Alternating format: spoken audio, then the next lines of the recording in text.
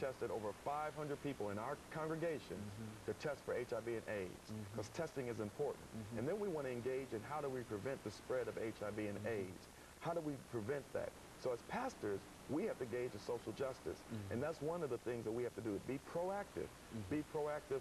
Whatever your issue is, get out there and see if you can find a solution.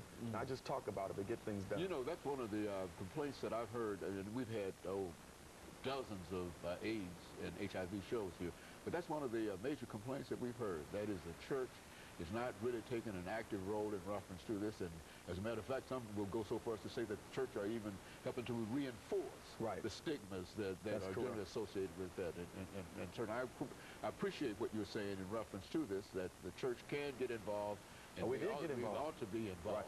In fact, I was at a planning meeting today, and we are planning our next event. It will be in June, and where we're going to have a faith-based symposium on HIV and AIDS. It's going to be church leaders and pastors and ministers coming along with the mayor and the Department of Health. And we're going to be working together, and we're going to do another day of testing in our churches, Pastors for Prevention.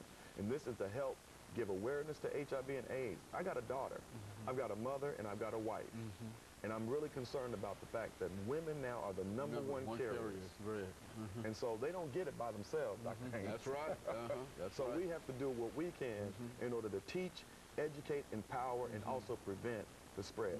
And that's a huge social justice issue. So you seem to be very, very optimistic in terms of our ability to be able to do this. Do you think that we can actually do it, that we have the resources and things that are necessary to carry out a responsibility kind of agenda? Look what happened to Barack Obama. He raised over $700 million with small gifts. People giving $5 and $10.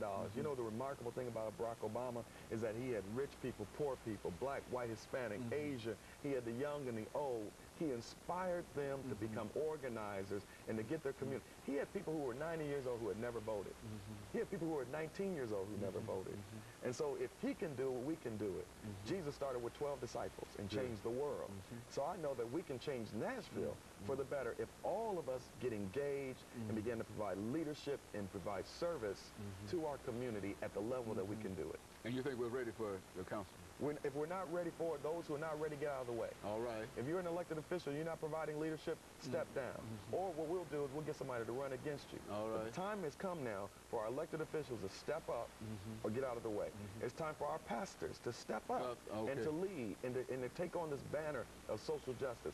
Take on the issue of incarceration. Okay, very good. And of course, we've got about 2 minutes. And that gives you 2 minutes to sort of summarize some of the things that you're planning on doing and some of the things that you'd like to see done during your administration over the entire city area. Sure. My agenda is this. It's to have an affordable housing ordinance that we will deal with affordable housing.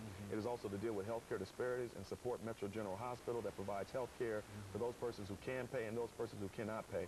We need to support. That's a social issue. That's a moral issue, supporting Metro General Hospital. The other thing I'm dealing with is to decrease the dropout rate among African-American males, to provide mentoring and programs for them, to deal with those persons who've already been to jail, make sure they don't go back to jail for the prodigal son. For Pastors for Prevention of HIV and AIDS, testing, education in our churches, where it belongs. We talk about everything else, cancer, we talk about money, we talk about all kind of other things. That's right. We need to talk about AIDS and HIV. That really having an impact on us. And so I'm dealing with those particular issues, and the final issue is creating jobs in the inner city. Okay. Economic development is a key part of where I want to encourage companies to hire urban people. Don't be afraid, and also to encourage people to get jobs and do what they need to do to get those jobs. Over this last minute, you know, we had these young folks here, and what they're saying is that we would give up the dope, the packs, and the whole thing if we had a job and if we had some support. And I think that the idea of dealing with this urban unemployment, especially among the disadvantaged, is one of the things that can really change the way things are. And of course, we're running out of time. And let me thank you, Councilman, for bringing by that excellent information and the enthusiasm with which you brought that information. And we certainly appreciate that.